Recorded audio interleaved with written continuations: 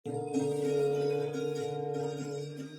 राम रामाय नमः।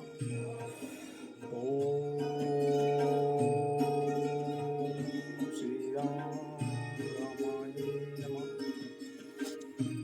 मंगल भवानी मंगल हारी द्रवहु सुदशरथि अजिर बिहारी। पिछले विश्राम में भगवान श्री राम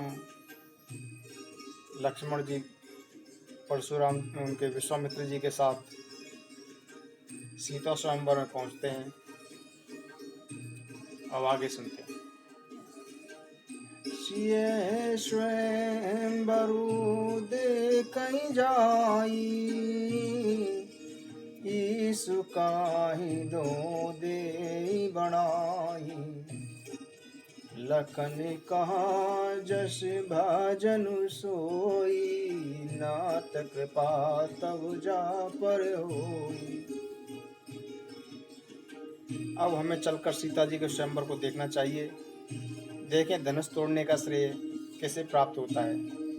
लक्ष्मण जी बोले, हे नाथ, जिस पर आपकी कृपा होगी वही बड़ाई का पात्र होगा।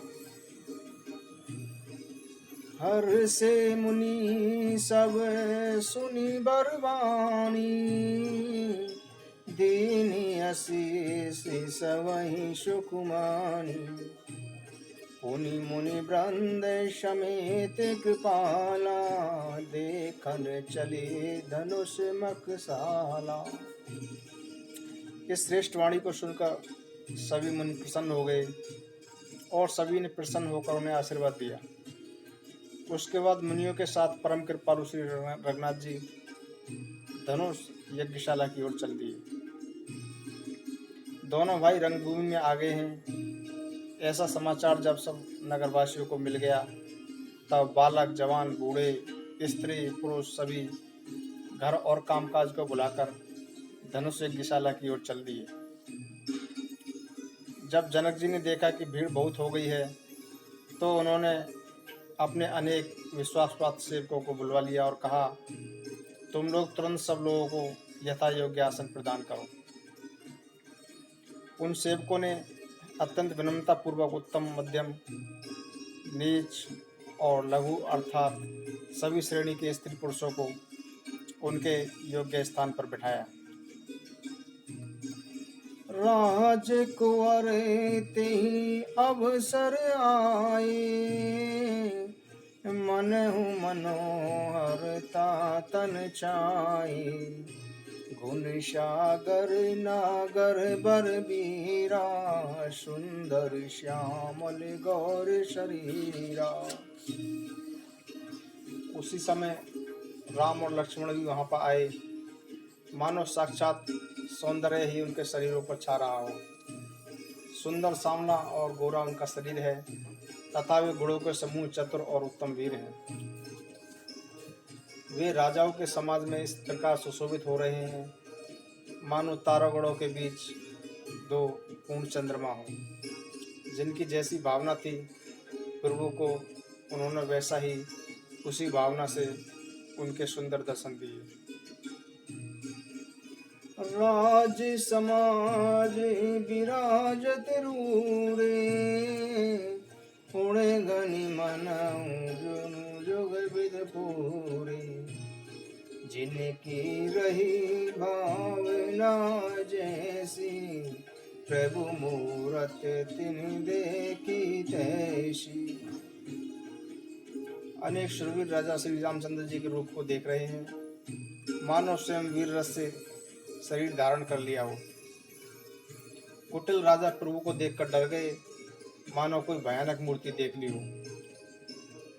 छल पूर्वक जो राक्षस वहां राजाओं के वेश में बैठे थे, उन्होंने प्रभु को साक्षात काल के समान देखा। नगर निवासियों ने दोनों भाइयों को मनुष्य के भूषण रूप में और नेत्रों को सुख देने वाला देखा।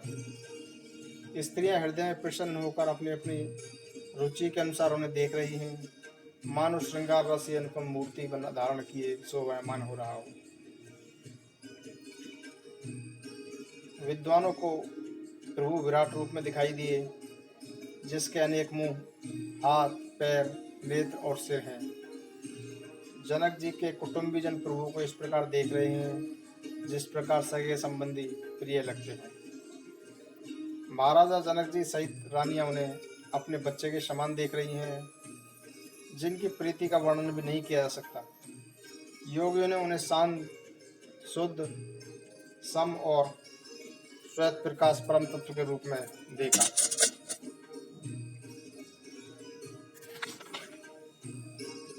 प्रभु भक्तों ने दोनों भाइयों को सब सुख देने वाले इष्ट देव के समान देखा, लेकिन सीता जी जिस भाव से श्री रामचंद्र जी को देख रही हैं, उस स्नेह और सुख का वर्णन तो नहीं किया जा सकता।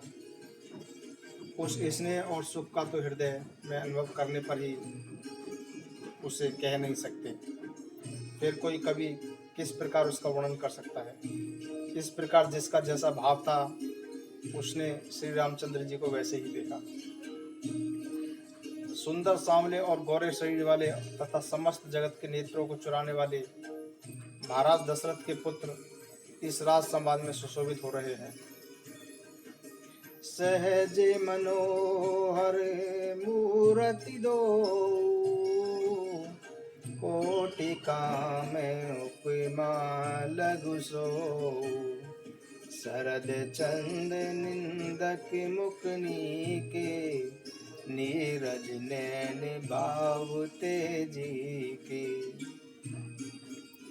दोनों ही बिना किसी बनाव श्रृंगार के मन को हरने वाले हैं। करोड़ों कामदेवों की उपमा भी उनके लिए तुच्छ है। उनके सुंदर मुख शरद पूर्णिमा के चंद्रमा को भी नीचा दिखने वाले हैं, और कमल के समान उनके नेत्र सभी के मंदिर को सुंदर लगते हैं। उनकी सुंदर चितवन संसार के मन को हरने वाले कामदेव के भी मन को हरने वाली है। वह हृदय को अत्यंत प्यारी लगती है और उसका वर्णन नहीं किया जा सकता। सुंदर गाल हैं, कानों में कुंडल हैं, ठोड़ी और होठ सुंदर हैं तथा वाणी कोमल है। कुमुद बांधु करे निंदक हासा, प्रगट विकट मनोहर नासा, भालि विशाल तिलक झलकाही, कच बिलोकियल जाही। हंसी चंद्रमा की किरणों का तिरस्कार करने वाली है, भौहें टेढ़ी और नासिका मनोहर है। चौड़े ललाट पर तिलक झलक रहे हैं। काले घुंघराले बालों को देखकर भौरों की पंक्तियां भी लजा जाती हैं। पीली चौकोर टोपियां सरों पर सुशोभित हैं, जिनके बीच बीच में फूलों की कलियां बनाई गई हैं। शंख के समान गोल गले में 3 मनोहर रेखाएं हैं, जो मानो तीनों लोकों की सुंदरता की सीमाओं को बता रही हैं। हृदयों पर गजमुक्ताओं के सुंदर कंठ और तुलसी की माला से शोभित हैं। उनके कंधे बैलों के समान ऊंचे और पुष्ट हैं। खड़े होने पर वे सिंह के समान प्रतीत होते हैं और भुजाएं विशाल एवं बलशाली हैं। कटी तुनी पीति पट धाव बांधे, कर शर धनुष बाम बर कांधे, पीत जग उपबीत सुहाए, नक सिग मंजु महाछवि छाए। कमर में तरकस और पीतांबर बांधे हैं। दाहिने हाथों में बाण और बाएं धनुष पर कंधों पर धनुष तथा पीले यज्ञ पवित्र से शोभित हैं। सिर से पांव तक सब अंग सुंदर हैं, उन पर शोभा छाई हुई है। उन्हें देखकर सभी लोग खुशी हुए। उनके नेत्र एकटक हैं और पुतलियां भी नहीं चलती। जनक दोनों भाइयों को देखकर प्रसन्न हुए और उन्होंने जाकर मुनि के चरण कमल पकड़ लिए। करी बीनती निज कथा सुनाई, रंग अवनि शव मुनहि दिखाई, जह जह जाई कुंवर बर दो, तै तै चकित चितव सब को। विनती करके उन्होंने अपनी कथा सुनाई और मुनि को यज्ञशाला दिखाई। मुनि के साथ दोनों राजकुमार जहाँ जहाँ भी जाते हैं वहीं वहीं सब आश्चर्यचकित हो देखने लगते हैं। सबने श्री राम को अपनी ओर ही मुख किए हुए देखा, परंतु इसका रहस्य कोई नहीं जान सका। तब मुनि ने राजा से कहा, रंगभूमि की रचना बड़ी सुंदर है। इसे सुनकर राजा जनक प्रसन्न हुए और उन्होंने बड़ा सुख मिला।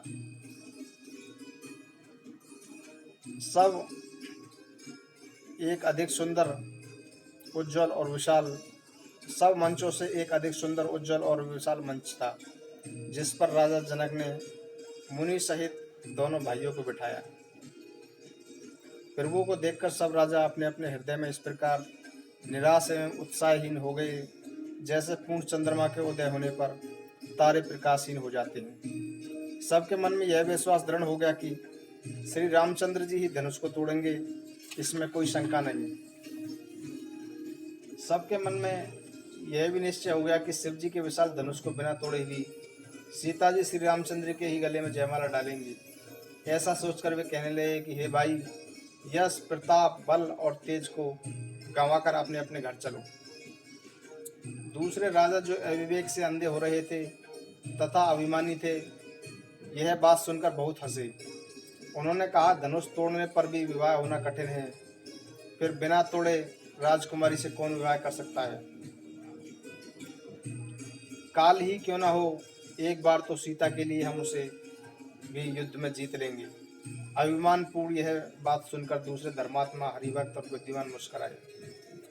उन्होंने कहा, राजाओं के गर्भ को तोड़कर श्री रामचंद्र जी सीता जी को ब्याहेंगे और फिर महाराजा दशरथ के रणबांकुरे पुत्रों को युद्ध में भला कौन जीत सकता है।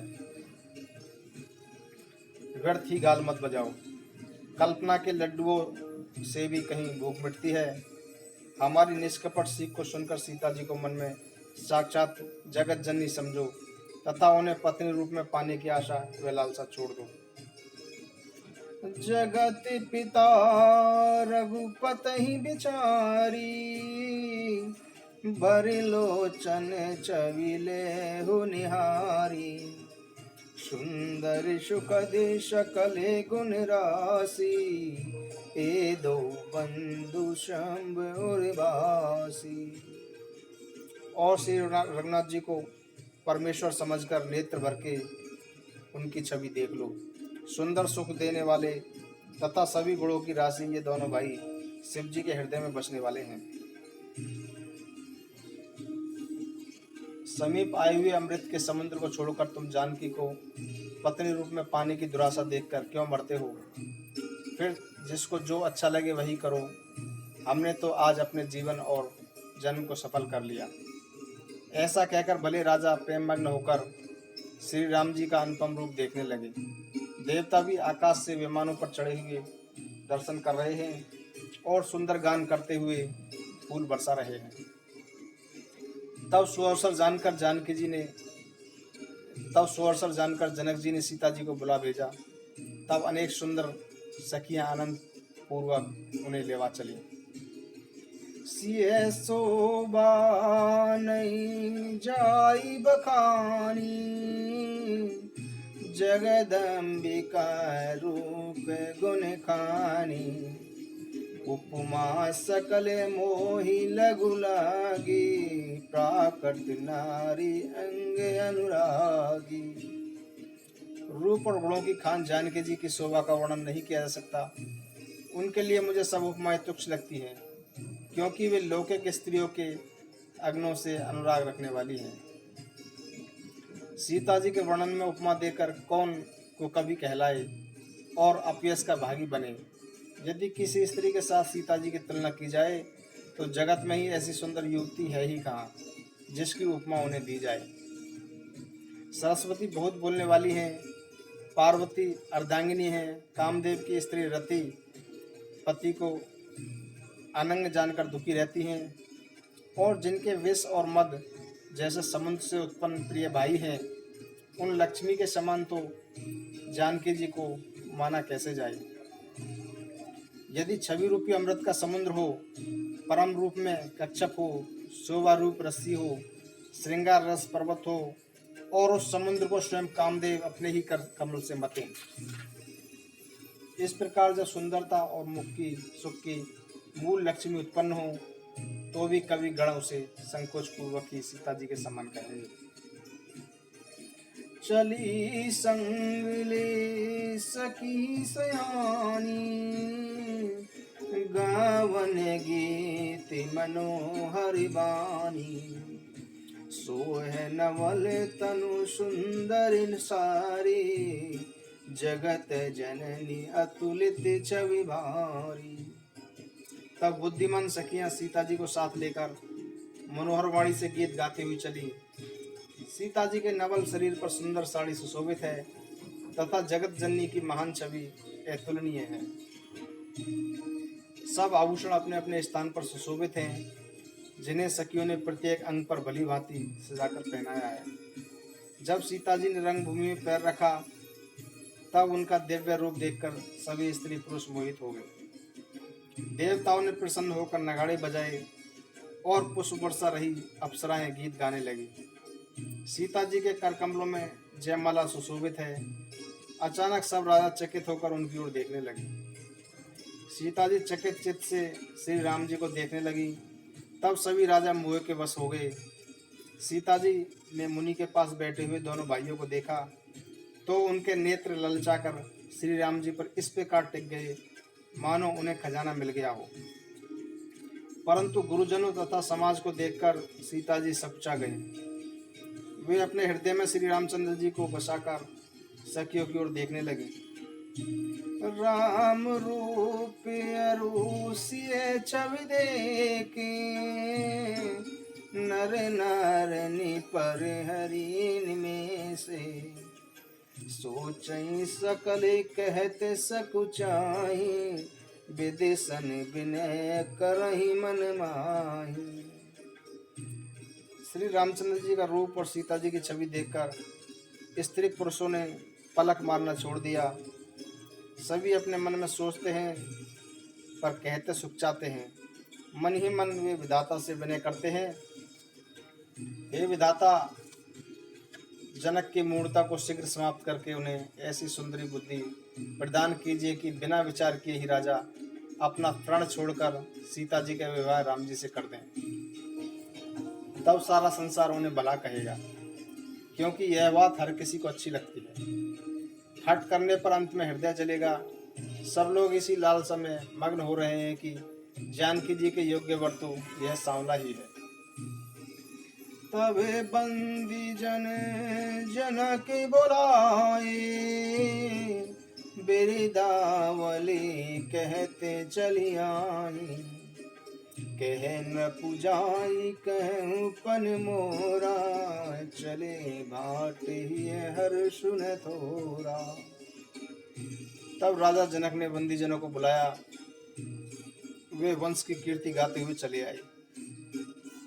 राजा ने कहा, जाकर मेरा प्रण सबसे कहो। भाट चले, उनके हृदय में भी आनंद बहुत था। बोले बंदी बचन भर, सुनहूं शकल महिपाल, पन विदे कर कहीं हम बुझा उठाई विशाल। भाटों ने कहा कि हे पृथ्वी का पालन करने वाले राजागण, सुनिए, हम अपनी भुजा उठाकर महाराज जनक का विशाल प्रण कहते हैं। राजाओं की भुजाओं का बल चंद्रमा है, शिव जी का धनुष राहु है जो भारी और कठोर है। यह सबको विदित है कि अनेक भारी योद्धा रावण और बाणासुर भी इस धनुष को देखकर चुपके से चल दिए। उसे उठाना तो दूर रहा, छूने तक की भी उनकी हिम्मत न हुई। सोई पुरारी को दंडु कठोरा, राज समाज आजू जई तोरा, त्रिभुवन जय समेत बेदे, बिनय विचार बरई हटते। उसी शिव जी के कठोर धनुष को आज इस राजमहल में जो तोड़ेगा, तीनों लोकों की विजय के साथ ही उसे जानकी जी बिना किसी विचार के वर्ण करेंगी। प्रण सुनकर सब राजा ललचा उठे। जो भी अभिमानी थे वे अपने मन में अति क्रोधित हुए। कमर कसकर अकुला कर उठे और अपने इष्ट देवों को सर नवाकर चले। वे ताव से शिव जी के धनुष की ओर देखते हैं और फिर अनेक प्रकार से जोर लगाते हैं, पर वह उठता ही नहीं। लेकिन जो राजा विचारमान है वे धनुष के पास नहीं जाते। मूर्ख राजा किटकिटाकर धनुष को पकड़ते हैं, परंतु वह जब नहीं उठता तो लजाकर चले जाते हैं। मानव वीरों की भुजाओं का बल पाकर वह धनुष अधिक भारी हो जाता है। फिर 10,000 राजा एक साथ उस धनुष को उठाने का प्रयास करने लगे, परंतु वह अपने स्थान से हिला तक नहीं।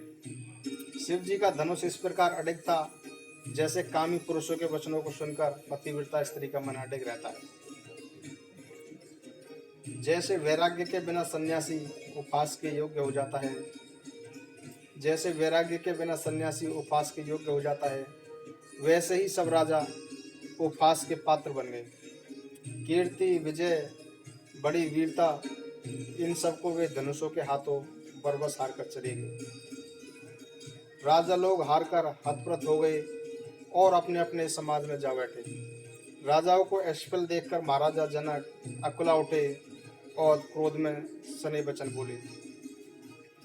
दीप दीप के भूपति नाना, आए सुनी हम जो पन उठाना। देव धनुज धरी मनुज शरीरा, पिपुल वीर आए रणधीरा।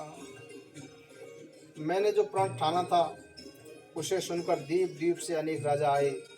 देवता और दैत्य भी मनुष्य का शरीर धारण करके आए तथा अन्य अनेक रणधीर वीर भी आए, परंतु धनुष को तोड़कर मनोहर कन्या, विजय और कीर्ति को पाने वाला मानो ब्रह्म ने रचना ही नहीं की। यह लाभ किसे अच्छा नहीं लगता, परंतु किसी ने भी शंकर जी का धनुष नहीं चढ़ाया। चढ़ाना तो तोड़ना तो दूर, कोई तिल भर भी भूमि पर हिला न सका। अब कोई वीर अभिमानी क्रोधित न हो। मैंने जान लिया कि पृथ्वी वीरों से रिक्त हो गई है। अब आप लोग आशा छोड़कर अपने अपने घर जाओ। ब्रह्म ने सीता जी का विवाह लिखा ही नहीं है। सुरकत जाई जो पनु परिहरऊं, कुंवर कुंवारी रहूं का करऊं। जो जनते बिनु बट भुवि आई, तो पुन करई हो तुन साई। यदि प्राण छोड़ता हूँ तो मेरा पुण्य नष्ट होता है, इसलिए क्या करूं, कन्या कुंवारी ही रही। यदि मैं जानता कि पृथ्वी वीरों से शून्य है तो प्रण करके उपवास का पात्र नहीं बनता। जनक के बचन सुनी सब नर नारी, देख जान की भई दुखारी। माँ के लकुन कुटले भय बोए, रद पट फरे कतने सिरोए। जनक जी के वचन सुनकर सभी स्त्री पुरुष जानकी जी की ओर देखकर दुखी हुए, परंतु लक्ष्मण जी तमतमा उठे। उनकी भौएं टेढ़ी हो गई, होठ फड़फड़ाने लगे और नेत्र क्रोध से लाल हो गए। कहीं न सकत रघुबीर डर, लगे बचन जनुबान। नाई राम पद कमल शुरू, बोले गिरा प्रमाण। श्री रामचंद्र जी के डर से कुछ भी कह तो नहीं सके, पर जनक के वचन उन्हें वाण जैसे लगे। जब न रह सके तो श्री रामचंद्र जी के चरण कमलों में सिर नवाकर वे बोले। रघुवंशनी महु जहु को होई, ते समाज से कहीं न कोई। कहीं जनक जसी अनुचित बानी, वेदमान रघु कलिमनि जानी। रघुवंशियों में कोई भी जहाँ होता है वहाँ ऐसे वचन कोई नहीं कहता। जैसे अनुचित वचन रघुकुल शिरोमणि श्री राम जी की उपस्थिति जानते हुए भी जनक ने कहे हैं। सुनहु भानु कुल पंकज भानु, कहूँ सुभाउन कछु अभिमानु, जो तुम्हारी अनुशासन पाओ, कंद को इव ब्राह्मण उठाओ। हे सूर्य कुल रूपी कमल के सूर्य, मैं अभिमान करके नहीं कहता हूँ, यदि आपकी आज्ञा पाऊं तो मैं ब्रह्मांड को गेंद की भांति उठा लूं। काचे घट जिमी डारो फोरी, सकऊं मोर मूल के जिम तोरी। तव प्रताप महिमा भगवाना, को बापू रूपिना के पुराना।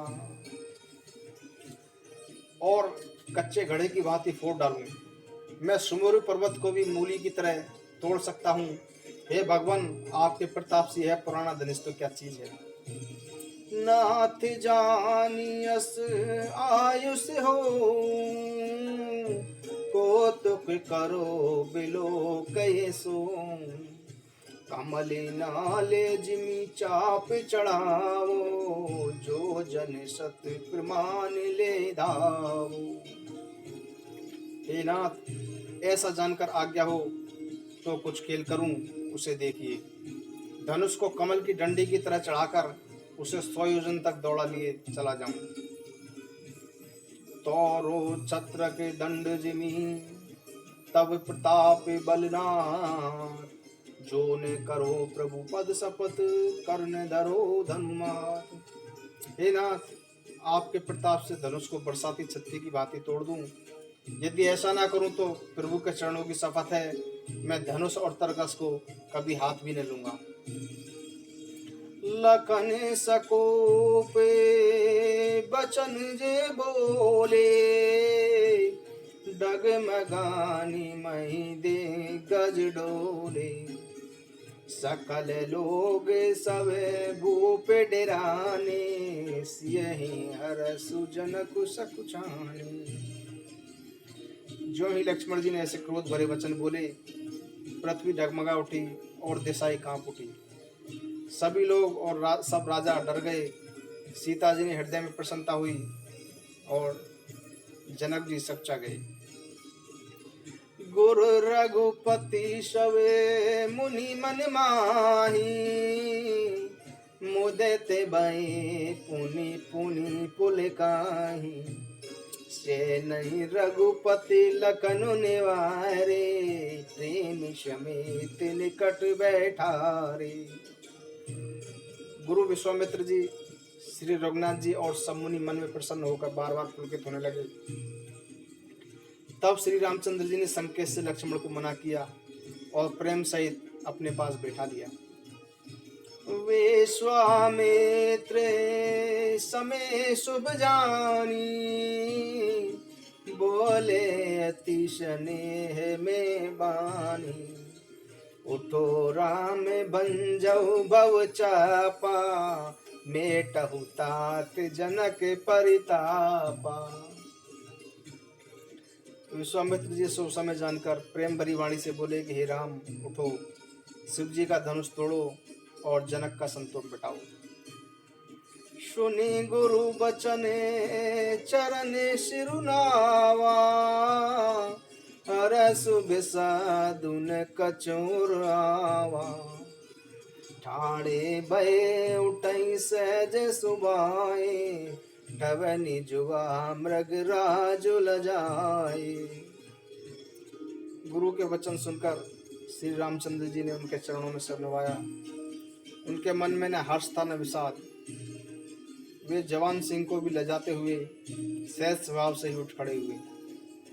उदित उदय गिरी मंच पर, रघुवर बाल पतंग। बिकसे संत सरोज सब, हर से लोचन भृंग। मंच रूपी उद्याचल पर श्री रघुनाथ जी रूपी बाल सूर्य के उदय होते ही सब संत रूपी कमल खिल उठे और नेत्र रूपी भौरे हर्षित हो गई। राजाओं की आशा रूपी रात्रि नष्ट हो गई। उनके वचन रूपी तारों का चमकना बंद हो गया। अभिमानी राजा रूपी कुमिंद संकुचित हो गए और कपटी राजा रूपी उल्लू छिप गए। मुनि और देवता रूपी चकवे शोक रहित हो गए। वे फूल बरसा कर अपनी सेवा प्रकट कर रहे हैं। तब प्रेम सहित गुरु के चरणों की वंदना करके श्री रामचंद्र जी ने मुनियों से आज्ञा मांगी। सहजहि चले सकल जग स्वामी, मंत मंजु बर कुंजर गामी। चलत राम सब पुर नर नारी, पुलक पुरी तन भय सुखारी। समस्त संसार के स्वामी श्री राम जी मतवाले श्रेष्ठ हाथी जैसी सहज साल से चले। श्री रामचंद्र जी के चलते ही नगर के स्त्री पुरुष सुखी हो गए और उनके शरीर रोमांच से भर उठे। उन्होंने पुत्रों और देवताओं की वंदना करके अपने पुण्यों का स्मरण किया, और यदि हमारे पुण्यों का कुछ भी प्रभाव हो तो श्री रामचंद्र जी शिव जी के धनुष को कमल की डंडी की भांति तोड़ डालें। श्री रामचंद्र जी को प्रेम के साथ देखकर और सखियों को समीप बुलाकर सीता जी की माता स्नेहवश बिलख कर ये वचन बोली। सखी सब को तुकु देख निहारे, ज्यों कहावत है तू हमारे। कौन बुझाई कहीं गुरु पाई, ये बालक असिहट भली नाई। ये सखी, ये जो हमारे हितैषी कहलाते हैं वे सब तमाशा देखने वाले हैं। कोई भी गुरु विश्वामित्र जी को समझाकर नहीं कहता कि ये राम जी बालक हैं, इनके लिए हट अच्छा नहीं।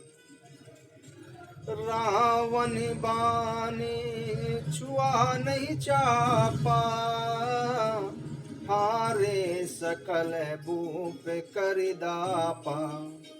सो धनुराज कुंवरे कर दे, बाल मराल की मंदर ले।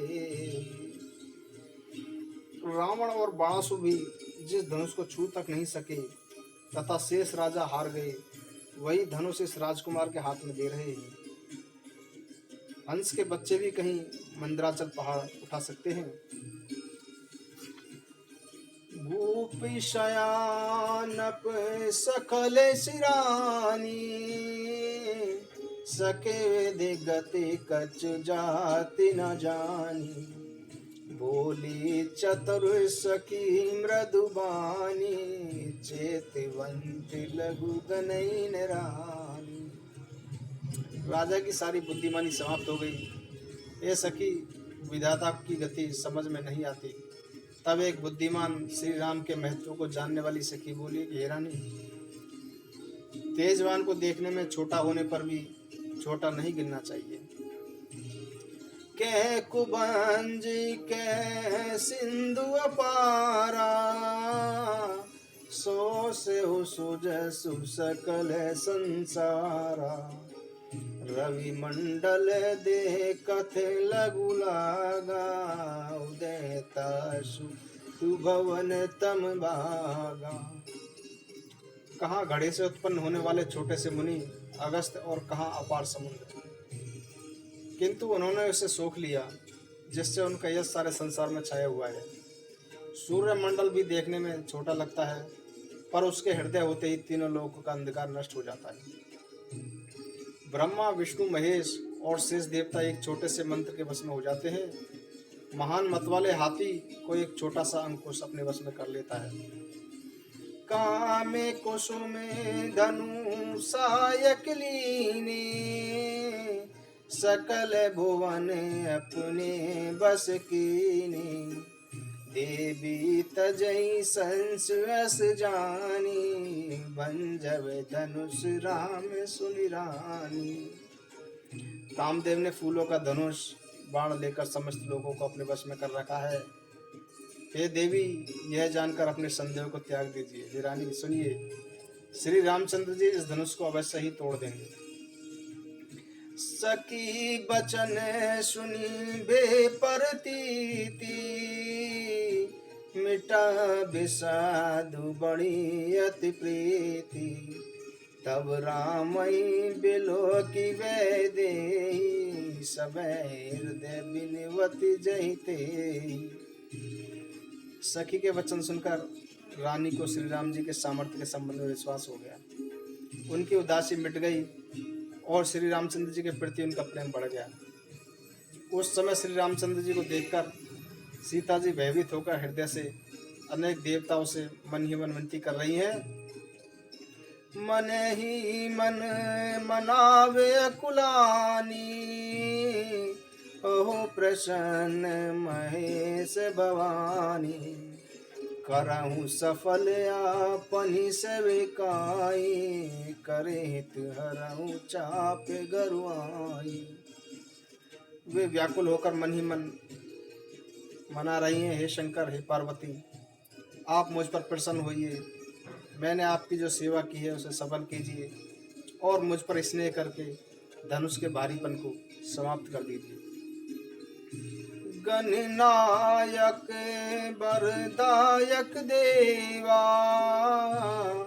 आजु लगे कि नहीं तो है सेवा। बार बार बिनती सुनि मोरी, करऊँ चाप गुरुता अति थोरी। हे गणनायक गणेश जी, मैंने इसी दिन के लिए आपकी सेवा की थी। मेरी विनती सुनकर धनुष का भारीपन कम कर दीजिए। श्री रघुनाथ जी की ओर देख देख कर सीता जी धैर्य भरकर सभी देवताओं की वंदना कर रही हैं। उनके नेत्रों में प्रेम के आंसू भरे हैं और उनका शरीर रोमांचित हो रहा है। भली प्रकार से श्री राम जी की शोभा देखकर और पिता के प्रण का स्मरण करके सीता जी का मन क्षुब्ध हो उठा। वे मन ही मन सोचने लगे कि पिताजी ने बड़ा ही कठिन प्रण किया है, वे लाभ हानि कुछ नहीं समझ रहे। मंत्रीगण भी डर रहे हैं, इसलिए कोई उन्हें समझा भी नहीं रहा। बुद्धिमानों की सभा में यह कितना अनुचित हो रहा है। कहाँ तो वज्र से भी बढ़कर कठोर धनुष और कहाँ ये कोमल शरीर वाले किशोर श्याम सुंदर। विधि के ही भांति धरोर धीरा, श्री रस सुमन कन बेदहीरा। सकल सभा के मति बैबारी, अब मोहि शंभु चापे गति तोरी। हे विधाता, मैं हृदय में किस प्रकार धैर्य धारण करूं। सीरस के फूल के कण भी कहीं हीरे में छिद्र किया जाता है। सारी सभा की बुद्धि नष्ट हो गई है। अतः हे शिव जी के धनुष, अब तो मुझे तुम्हारा ही सहारा है। निज जड़ता लोगन पर डारी, ओ हई हरऊ रघुपति निहारी। अति परताप सिय मन माही, लव मिनेश जुग से समझाई। तुम लोगों पर अपनी जड़ता डालकर श्री रघुनाथ जी के सुकुमार शरीर को देखकर हल्के हो जाओ। इस प्रकार सीता जी के मन में बड़ा ही संताप हो रहा है। निमेष का एक अंश भी उन्हें 100 योग के समान लग रहा है। सीता जी ने पहले प्रभु श्री राम जी को, फिर पृथ्वी की ओर देखा। उस समय सीता जी के चंचल नेत्र इस प्रकार चमक रहे हैं मानो चंद्रमंडल रूपी डोर में कामदेव की 2 मछलियां खेल रही हों। सीता जी की वाणी रूपी भ्रमरी को देख उनके मुख रूपी कमल ने रोका हुआ है। लाज रूपी रात्रि को देखकर वह प्रकट नहीं हो रही है। उसी प्रकार उनके नेत्रों का जल नेत्रों के कोने में ही रह जाता है, जिस प्रकार किसी कंजूस का सोना कोने में ही गड़ा रह जाता है। सकुच व्याकुलता बड़ी जानी, धर धीरज प्रतीत और आनी। तन मन बचन मोर पनु साचा, रघुपति पद सरोज चतुराचा। अपनी बड़ी ही व्याकुलता को जानकर सीता जी सकुचा गई और धैर्यपूर्वक हृदय में विश्वत हो गई कि यदि तन मन और वचन से मेरा प्रण सच्चा है तथा श्री रघुनाथ जी के चरण कमलों में मेरा चित्त वास्तव में अनुरक्त है, तो सबके हृदय में निवास करने वाले भगवान मुझे श्री रामचंद्र जी की दासी अवश्य बनाएंगे। जिसका जिस पर सच्चा स्नेह होता है वह उसे मिलता ही है, इसमें कुछ भी संदेह नहीं है। प्रभु की ओर देखकर सीता जी ने यह निश्चय कर लिया कि यह शरीर इन्हीं का होकर रहेगा या रहेगा ही नहीं, कृपा निदान श्री राम जी सब जान गए। उन्होंने सीता जी को देखकर धनुष को ताका। जैसे ही छोटे से सांप की और गरुड़ जी देखते हैं, इधर जब लक्ष्मण जी ने देखा कि श्री रामचंद्र जी ने शिव जी के धनुष की ओर देखा है, तो वे पुलकित होकर तथा ब्रह्मांड को चरणों से दबाकर बोले, हे दिग्गजो, हे कच्छप, हे शेष, हे वाराह, धैर्यपूर्वक पृथ्वी को थामे रहो, जिससे यह हिल न सके, क्योंकि श्री रामचंद्र जी शिव जी के धनुष को तोड़ना चाहते हैं। अतः मेरी आज्ञा सुनकर सब सावधान हो जाओ। चापे समीपी राम जब आए, नर नार निशुर सकते मनाए, सब कर संशय अरु अज्ञानु, मंद महीन पर कभी अभिमानु। श्री रामचंद्र जी धनुष का समीप आए, तब सब स्त्री पुरुषों ने देवताओं और अपने अपने पुण्यों को मनाया। सबका संशय और अज्ञान तथा बुद्धिहीन राजाओं का अभिमान। परशुराम जी के गर्भ की गुरुता, देवता और मुनियों की कातरता, सीता जी की सोच, जनक जी का पश्चाताप और रानियों के दारुण दुख का दावानल, ये सब शिव जी के धनुष रूपी जहाज को पाकर तथा एकत्र होकर उस पर जा चढ़े। ये श्री रामचंद्र जी की भुजाओं के बल रूपी अपार समुद्र के पार जाना चाहते हैं, परंतु कोई केवट नहीं है।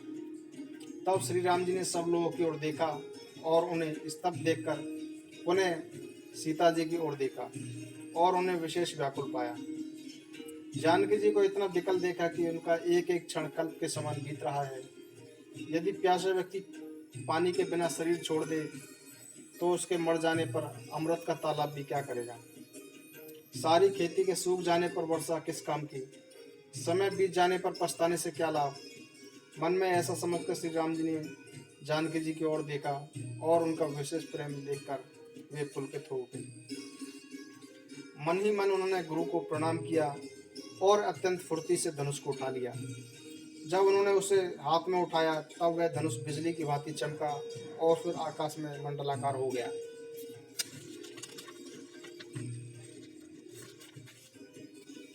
लेत चढ़ावत खेजत गाड़े, काहुन लका देख सब ठाणे, तेरी चल राम मध्य धनु तोरा, भरे भुवन धुनि घोर कठोरा।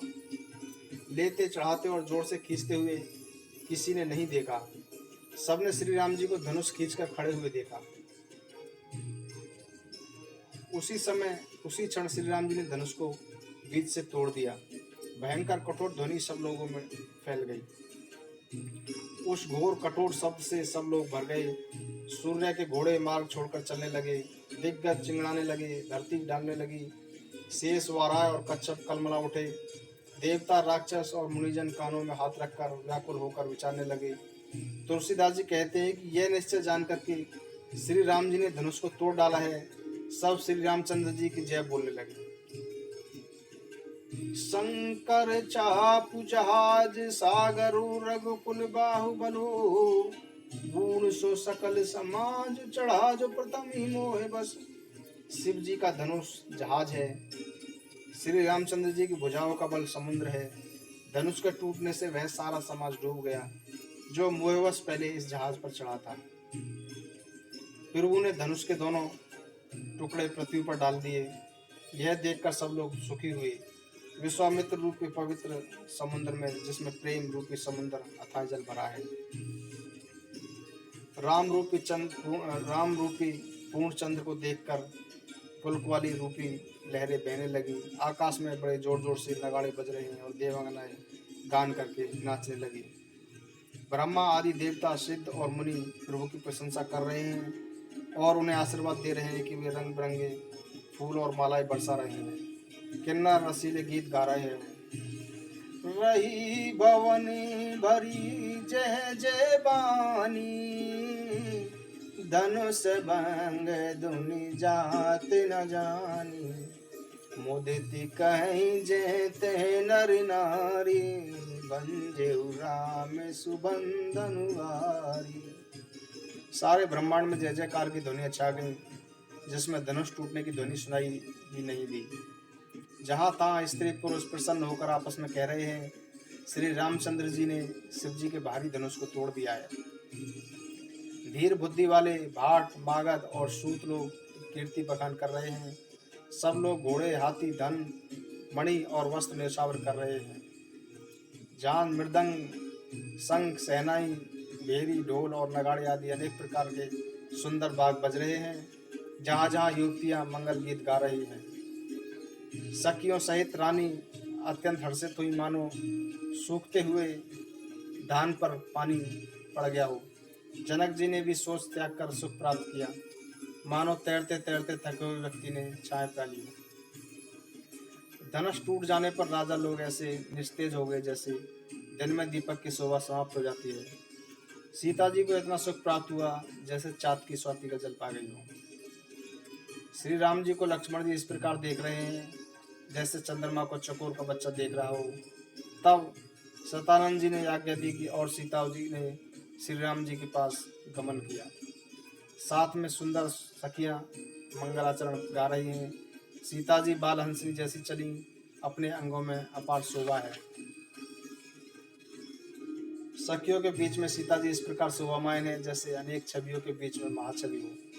करल कमल में सुंदर जयमाला है जिसमें विश्व विजय की शोभा छाई हुई है। सीता जी के शरीर में संकोच है पर मन में परम उत्साह है। उनका यह गुप्त प्रेम कोई नहीं जानता। समीप जाकर श्री राम जी की शोभा देखकर राजकुमारी सीता जी ठगी सी रह गई। चतुर सखी ने यह दशा देखी तो समझाकर कहा, अब यह सुंदर जयमाला पहना दो। सुनकर सीता जी ने दोनों हाथों से माला उठाई, पर प्रेम में विवश होने के कारण वह पहनाई नहीं जाती। उस समय उनके हाथ ऐसे सुशोभित हो रहे हैं मानो डंडियों सहित दो कमल चंद्रमा को डरते हुए जयमाला प्रदान कर रहे हों। इस छवि को देखकर सखियां गाने लगीं। तब सीता जी ने श्री राम जी के गले में जयमाला पहना दी। श्री रघुनाथ जी के हृदय पर जयमाला देखकर देवता फूल बरसाने लगे तथा समस्त राजागण इस प्रकार सुखचा गए मानो सूर्य को देखकर कुमुद सिकुड़ गए हों। नगर और आकाश में बाजे बजने लगे, दुष्ट उदास हो गए और सज्जन लोग प्रसन्न हो गए। देवता, किन्नर, मनुष्य, नाग और मुनीश्वर जय जयकार करके आशीर्वाद दे रहे हैं। देवताओं की स्त्रियां नाच गा रही हैं, बार बार पुष्पांजलियां छूट रही हैं। जहाँ तहाँ ब्राह्मण वेदवनी कर रहे हैं और भाट लोग कुल कीर्ति का बखान कर रहे हैं। पृथ्वी, पाताल और स्वर्ग तीनों लोगों में यश फैल गया कि श्री रामचंद्र जी ने धनुष तोड़ दिया है और सीता जी को वर्ण कर लिया है। नगर के नर नारी आरती उतार रहे हैं और अपने सामर्थ्य से कहीं अधिक न्यौछावर कर रहे हैं। श्री सीता जी राम जी की जोड़ी ऐसी शोभामायन हो रही है मानो सुंदरता और श्रृंगार रस एकत्र हो गए। सखियां कह रही हैं, स्वामी जी के चरण छुओ, किंतु सीता जी अत्यंत भयभीत हुई, उनके चरण नहीं छूती। गौतम जी की स्त्री अहिल्या की गति का स्मरण करके सीता जी श्री राम जी के चरणों को हाथ से स्पर्श नहीं कर रही हैं। सीता जी के अलौकिक प्रीति जानकर रघुकुल मणि श्री रामचंद्र जी मन ही मन हंसे। उस समय सीता जी को देखकर कुछ राजा ललचा उठे। वे दुष्ट, कुपूत और मूढ़ राजा मन में बहुत तमतमाए हुए उठकर कवच पहनकर जहाँ तहाँ गाल बजाने लगे। कोई कहते हैं कि सीता जी को छीन लो और दोनों राजकुमारों को पकड़कर बांध लो। धनुष तोड़ने से ये चाय पूरी नहीं होगी। हमारे जीते जी राजकुमारी को कौन ब्याह सकता है। यदि जनक कुछ सहायता करेंगे तो युद्ध में दोनों भाइयों सहित उसे भी जीत लो। ऐसे वचन सुनकर बुद्धिमान राजा बोले, इन निर्लज राजाओं को देखकर तो लाज भी नहीं गई। अरे तुम्हारा बल, प्रताप, वीरता, बड़ाई और प्रतिष्ठा तो धनुष के साथ ही चली गई। वही तुम्हारी वीरता थी कि अब कहाँ से मिली है। तुम्हारी बुद्धि ऐसी दुष्ट है, तभी तो विधाता ने तुम्हारे मुखों पर कालिक पोत दी। ईर्ष्या, अभिमान और क्रोध को छोड़कर नेत्र भरकर श्री राम जी को देख लो। लक्ष्मण के क्रोध को प्रबल अग्नि जानकर पतंगे मत बनो। जैसे गरुड़ का भाग कौवा चाहे, सिंह का भाग खरगोश चाहे, बिना कारण क्रोध करने वाला अपनी कुशल चाहे, शिव जी से विरोध करने वाला सब प्रकार की संपत्ति चाहे, लोभी लालची सुंदर कीर्ति चाहे, कामती युक्त निसंगता चाहे, तो क्या पा सकता है। जैसे भगवान के चरणों से विमुख व्यक्ति मोक्ष की इच्छा करे, उसी प्रकार सीता जी के लिए तुम्हारा लालची व्यर्थ है। कोलाहल सुनकर सीता जी संकित हो गईं। तब सखियां उन्हें वहां ले आईं जहां सीता जी की माता थी। श्री रामचंद्र जी मन ही मन सीता जी का प्रेम का वर्णन करते हुए अपनी स्वाभाविक चाल से गुरु जी के पास चले। सीता जी जो रानियों से घिरी हुई हैं, इस सोच में डूबी हैं कि विधाता ने न जाने क्या करने वाले हैं। उन दुष्ट राजाओं के वचन सुनकर लक्ष्मण जी भी इधर उधर ताक रहे हैं, किंतु रामचंद्र जी के डर से कुछ नहीं बोल रहे हैं। उनके नेत्र लाल और भौहें टेढ़ी हो गईं। वे क्रोध से राजाओं की ओर देखने लगे, मानो मतवाले हाथियों का झुंड देखकर किशोर सिंह की ओर जोश आ गया हो। खलबली देखकर जनकपुर की स्त्रियां व्याकुल हो गईं और सब मिलकर राजाओं को गालियां देने लगी। उसी समय शिव धनुष का टूटना सुनकर भृगुकुल सूर्य परशुराम जी वहां आ गए। देखी मही शकल सकुचाने, बाज जटप जन लवा लुकाने। गौरी शरीर भूति बलि ब्राजा, भालि विशाल त्रिपुंड विराजा। इन्हें देखकर सब राजा सुचा गए, मानो बाज के झपटने पर बिटेर छिप गए हों। गोरे शरीर पर भस्म बड़ी अच्छी लग रही है और विशाल ललाट पर त्रिपुंड विशेष शोभा पा रहा है। शीश जटा शशु बदन सुहावा, सिर बस कचक अरुण होई आवा। भ्रकटी कुटिल नैन रिस राते, सहजहु चितवत मनहु रिसाते। सिर पर जटा है, सुंदर मुख क्रोध के कारण कुछ लाल हो गया है। भौहें टेढ़ी हैं और आंखें क्रोध से लाल हैं। सहज ही देखते हैं ऐसा लगता है मानो क्रोध कर रहे हैं। मंगली भवनी अमंगलिहारी, द्रवो सुधा से रतिया जेरे बिहारी। राम सिया राम जय जय राम। राम सिया राम जय जय राम। हरि अनंत हरि कथानंता, कहे सुनै बहु विधि सब संता। राम सिया राम जय जय राम। राम सिया राम जय